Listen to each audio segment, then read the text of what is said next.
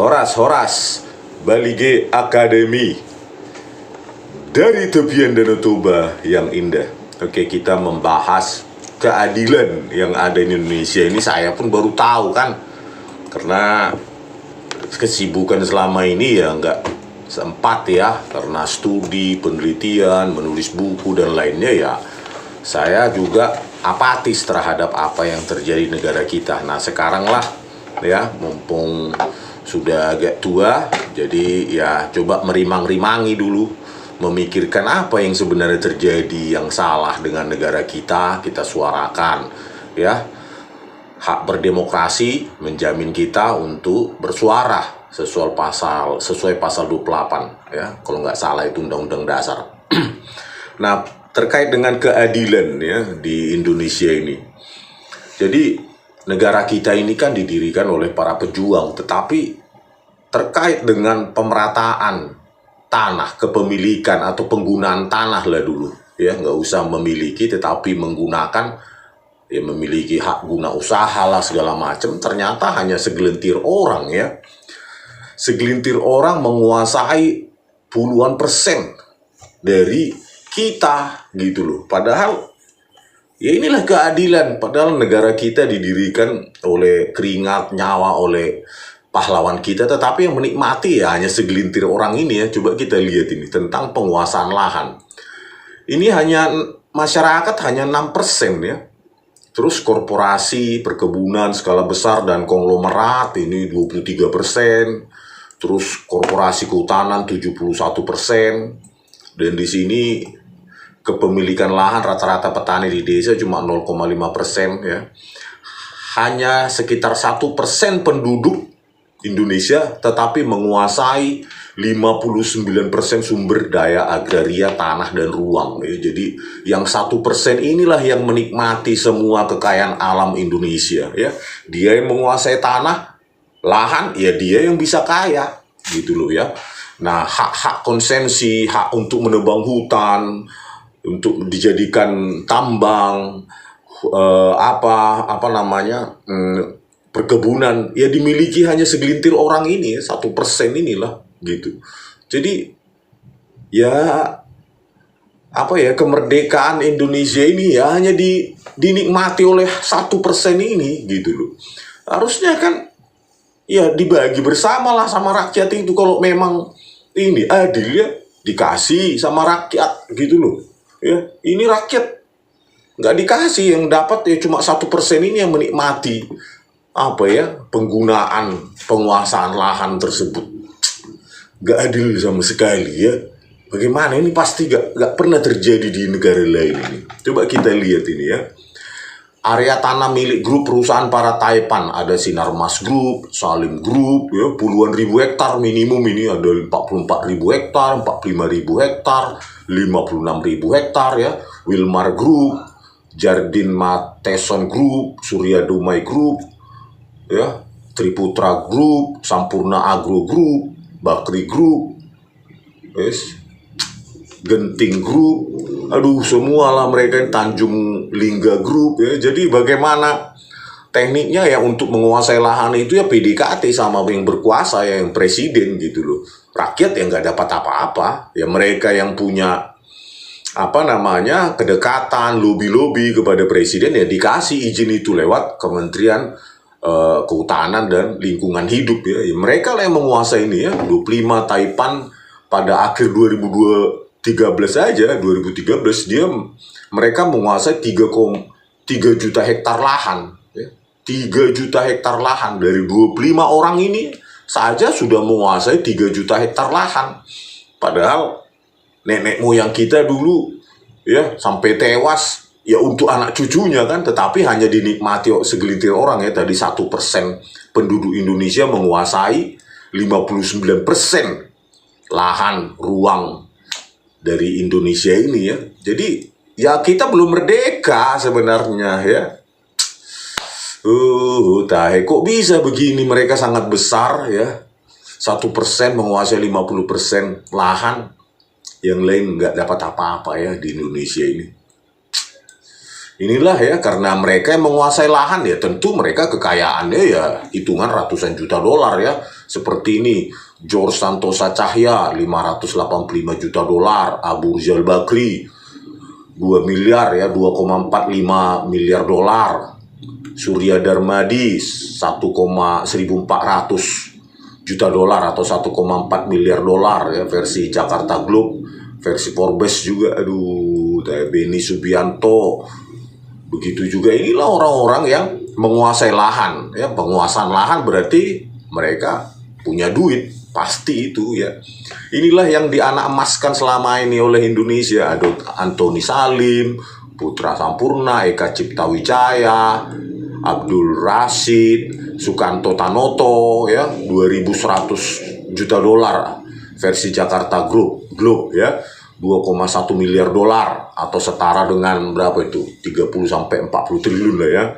Versi Forbes 2.300 juta dolar atau 2,3 miliar ya, sekitar itulah, 30 sampai 40 triliun ya, bukan miliar rupiah. Sukanto Tanoto inilah yang menguasai lahan, konsensi lahan ratusan ribu hektar ya, 160 sekian ribu, tetapi pada saat zaman Soeharto itu 200 ribu sekian hektar hutan di Danau Toba rusak gara-gara Sukanto Tanoto ini ya. Rusak alam, rusak hutan semua demi orang-orang ini ya, orang-orang yang istimewa ya. Peter Sondah 2.350 juta dolar, 2,3 miliar dolar. Sandiaga Uno ya, dengan grupnya, dengan Edwin Suryajaya, Providen Agro Group ya. Sandiaga Uno juga ini kaya dari penguasaan lahan ya, 900 juta dolar. Aduh, dan orang-orang inilah yang menikmati semua kekayaan alam Indonesia ya. Kita ya seperti saya tinggal di Pematang Siantar ya, lahan itu semua dikuasai oleh, dulu bernama Goodyear Amerika, sekarang sudah dipegang oleh Bridgestone ya. Itu konsesi lahan itu luas sekali, puluhan ribu mungkin atau ratusan ribu hektar. Itu ratusan tahun, mulai dari saya bayi sampai sampai saya sudah mau check out dari dunia ini ya, mereka yang menguasai ya, sama saja ya. Gitu loh, penguasaan lahan itu. Jadi ya itulah penguasaan lahan ini yang sangat mereka kuasai, lahan-lahan Indonesia ini, sementara kami ya hidup ya seadanya karena mereka sudah menguasai lahan itu gitu loh, dan tidak ada yang bisa diganggu-gugat orang-orang istimewa ini ya. Dan hanya para taipan ini ya. Ternyata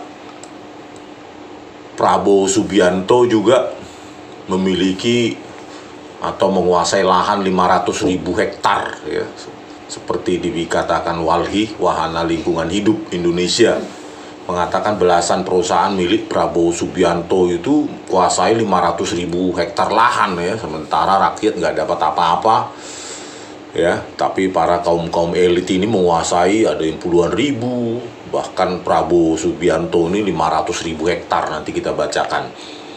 Nah, inilah jejak pelepasan izin hutan jadi perkebunan oleh Zulkifli Hasan. Ya, Zulkifli Hasan ini, bayangkan ya, selama dia memerintah menjadi menteri ya, ini orang membebaskan atau menghancurkan, membabat hutan itu 2,4 juta hektar ya, 36 kali luas lahan Jakarta ya. Untuk siapa ya? Para kaum elit itu ya, Taipan, Prabowo Subianto dan lainnya itu ya. Jadi selama jadi menteri, pada saat Zulkifli Hasan menjadi menteri dari Susilo Bambang Yudhoyono ya, pemerintahan Susilo Bambang Yudhoyono, Zulkifli ini ya mengkonversi hutan 2,2 juta hektar. Luar biasa ya, rusak hutan itu jadi perkebunan dan dibagi-bagi dia lah kepada para elit-elit itu ya, para taipan kaum elit di Indonesia. Dan pada saat pemerintahan Joko Widodo, dia yang membabat hutan 206.000 hektar, jadi 2,4 juta hektar lah ini dia menghabisi hutan orang ini ya, si Zulkifli Hasan ini ya. Luar biasa ya, itulah dibagi-bagi pada taipan-taipan itu dan rakyat nggak dapat apa-apa ya. Terkait dengan ini Sukanto Tanoto ya, ini sudah sejak tahun 82 atau 84 ya, zaman Soeharto, dia menguasai lahan 100, oh nggak salah pertama 200-an ribu hektar, sekarang sisa 186 ribu hektar ya, di sekeliling Danau Toba, hancur semua. Apa itu ya, hutan-hutan itu hanya dijadikan monokultur, yaitu pohon pinus ya, untuk perusahaannya Toba Lestari. Jadi ya kami di kawasan Danau Toba ya merasakan ya dampaknya ya, sudah suhu semakin panas, terus sumber air juga yang berkurang. Ya inilah menguasai sampai sekarang nggak dicabut ya, udah 40 tahun dia menguasai lahan ini. 186 ribu, dan orang ini tinggal di Singapura, orang Indonesia tapi tinggal di Singapura ya ini. Nah ini kekayaannya 41 triliun. Aduh, pernah terlibat kasus korupsi vessel ekspor berjangka yang merugikan negara 3,7 triliun. Dan penggelapan pajak Asian Agri Group senilai 2,6 triliun. Inilah ya. Jadi hutan-hutan adat orang Batak itu ya, dan suku lainnya itu habis, dibabat habis ya. Dan Indonesia ya seperti inilah ya, rakyat hanya dapat dampaknya ya, kerusakan, bau juga ya, bau dari dulu waktu saya sampai ke Pematang Siantar itu baunya itu klorin. Itu namanya sebelum Toba Lestari namanya Indorayan Utama ya. Rusak semua alam ini demi para kaum elit ini. Inilah potret potret penguasaan lahan di Indonesia yang dikuasai oleh kaum elit ini ya. Aduh sedih kali kita di Indonesia ini, Bah. Oke, selanjutnya kita bacakan dulu ya,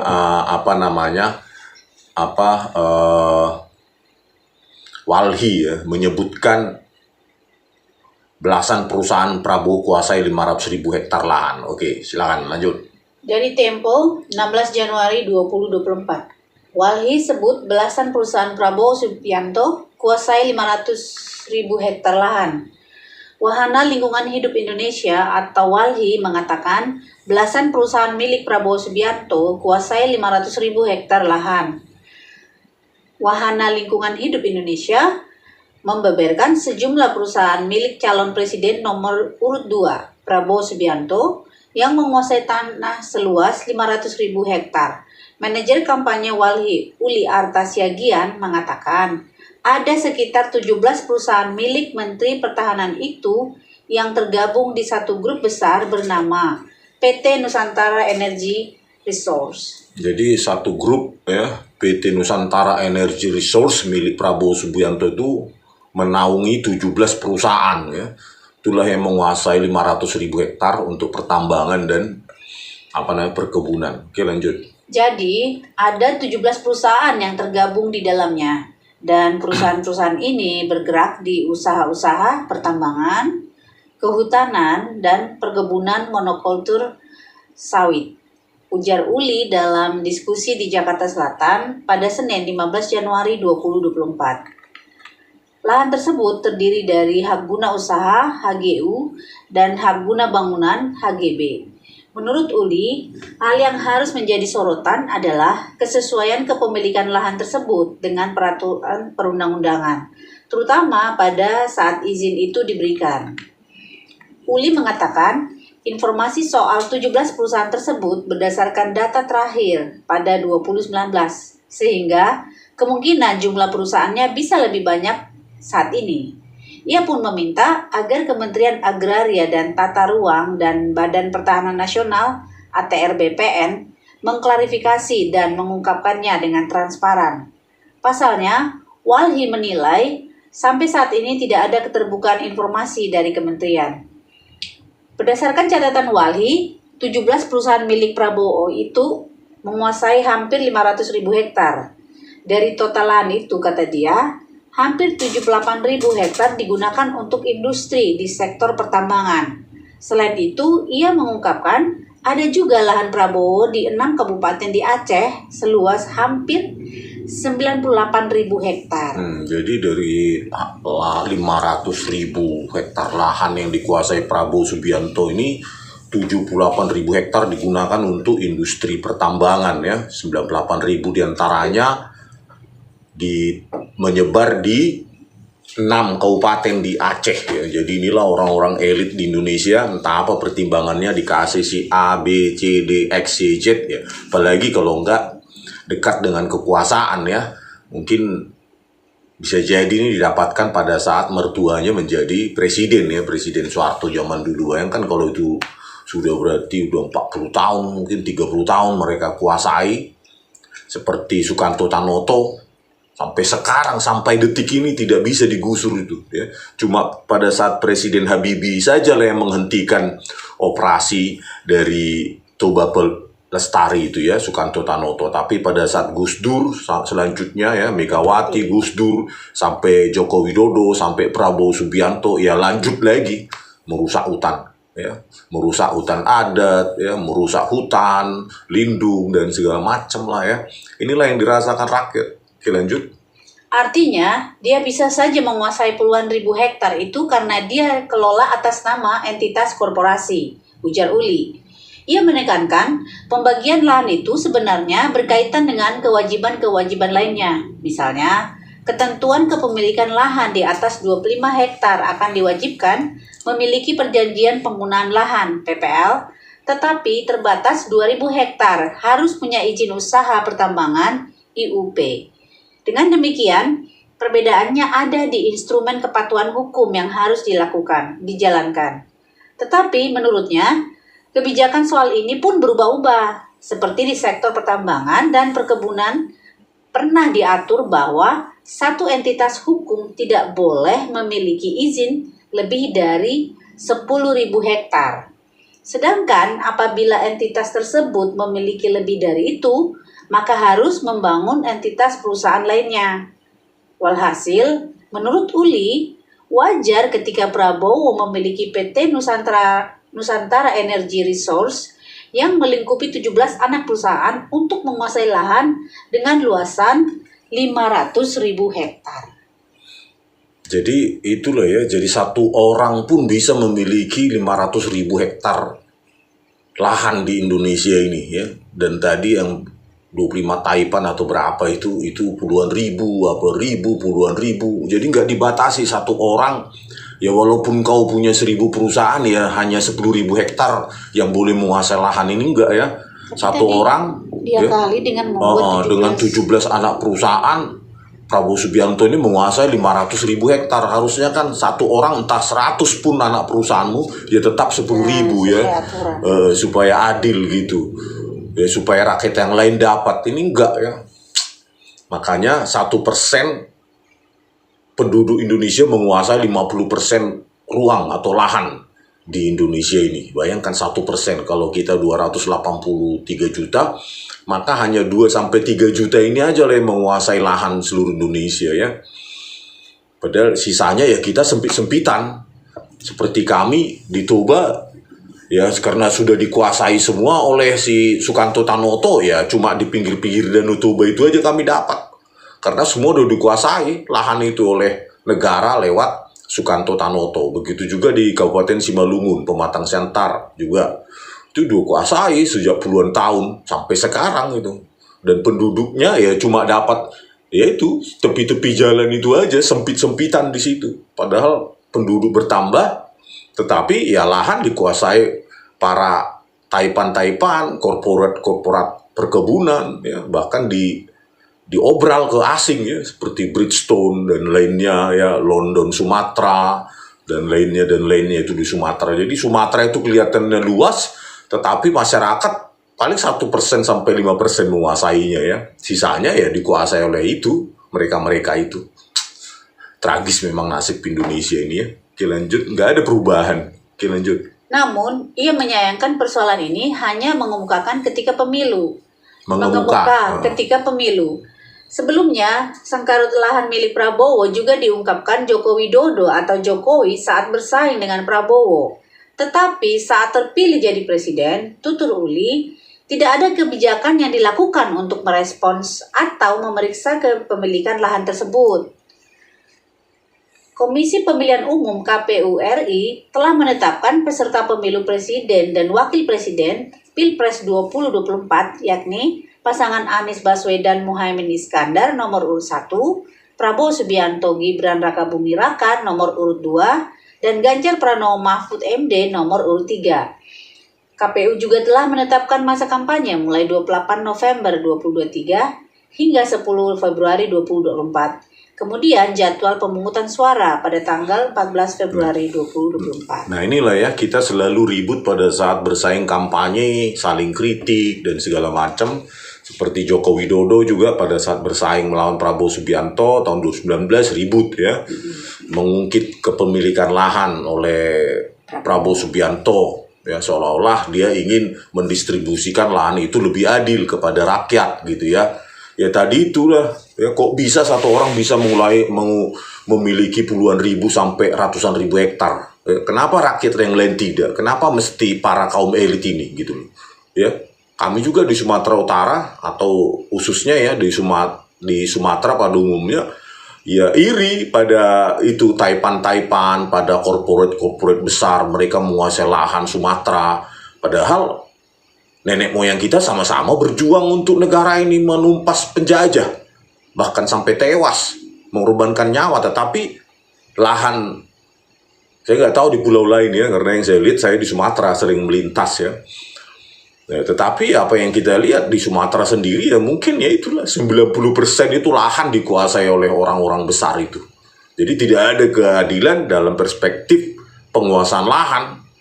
Ya wajar kalau dibilang 1% menguasai 50% ruang dan tanah. Dan mungkin juga laut ya, karena laut juga sekarang dikapling-kapling oleh aguan ya, di Tangerang dan lainnya. Bayangkan Bu, nggak cukup hanya daratan mereka kapling ya. Taipan-taipan itu juga mau mengapling laut. Mungkin juga Danau Toba juga nanti danau sungai juga mereka akan kapling itu. Nggak cukup ya, nggak cukup merusak hutan di daratan ya. Mereka juga ingin merusak laut ya, dengan reklamasi, dengan ekspor pasir laut lah ya. Betapa negara kita ini sudah dikuasai oleh para konglomerat, taipan-taipan, mogul-mogul yang sangat istimewa di Indonesia ini. Ya, contoh Prabowo Subianto ini ya, bayangkan 500.000 hektar dia kuasai. Itu entah udah berapa puluh tahun dia kuasai ya. Luar biasa memang orang-orang elit ini menguasai Indonesia ini ya. Kita rakyat ya cuma dengar-dengar aja ya. Cuma ya menerima nasib lah. Karena kalau memang reformasi agraria itu harus dilakukan, ya distribusikan lahan secara lebih adil. Ya bagilah dengan rakyat. Paling tidak entitas-entitas adat, komunitas-komunitas, dan lainnya gitu loh. Ini kan mereka kuasai semua, memiliki puluhan ribu, ratusan ribu hektar. Ya kita cuma jadi penonton. Ya tentu ya, berbanding lurus itu penguasaan lahan, berbanding lurus dengan total kekayaan yang mereka punyai. Ya udah gitu pun nanti disimpan di Panama Papers lah, Pandora Papers lah, Cayman Island, British Virgin Island. Setelah mendapat uang di Indonesia, penguasaan lahan malah uangnya malah disimpan di luar negeri, di Singapura lah, di Swiss, ya, negara-negara yang menawarkan pajak rendah atau pajak nol sama sekali ya. Itulah yang terjadi di Indonesia. Coba didistribusikan ini reformasi agraria bagi kepada masyarakat lokal ya. Masyarakat lokal itu supaya ya kemiskinan pasti habis ya, karena bisa bisa jauh lebih rendah kemiskinan kalau dia masyarakat juga dikasih lahan untuk mengelola. Ya seperti kami ya nggak dapat apa-apa di Sumatera Utara ya, cuma menonton aja ya, truk-truk itu lewat, sawit-sawit itu lewat dari perusahaan besar menghancurkan jalan dan segala macam, mengangkut kayu ya. Truk-truk besar kayu dari PT Toba Pelestari ini milik Tanoto Sukanto yang merusak jalan kami ya, kami cuma nonton Dia yang menikmati di Singapura sana, kami menonton. Inilah potret di Indonesia. Entah siapa yang bisa mengubah ini. Saya yakin nggak ada yang bisa ya. Apalagi Prabowo Subianto. Pemilik 500.000 hektar Setengah juta. lahannya, 500.000 hektar satu orang. Bayangkan. Padahal daratan Indonesia ini berapa juta hektar rupanya. Ya, satu orang bisa menguasai 500.000 hektar. Berapa kali pula Pak? Coba dibagi-bagi sama rakyat, komunitas rakyat, ya kan? Kalau mau ya, tentu nggak mau lah, jangan diharapkan. Oke, sampai jumpa di video kami selanjutnya. Horas.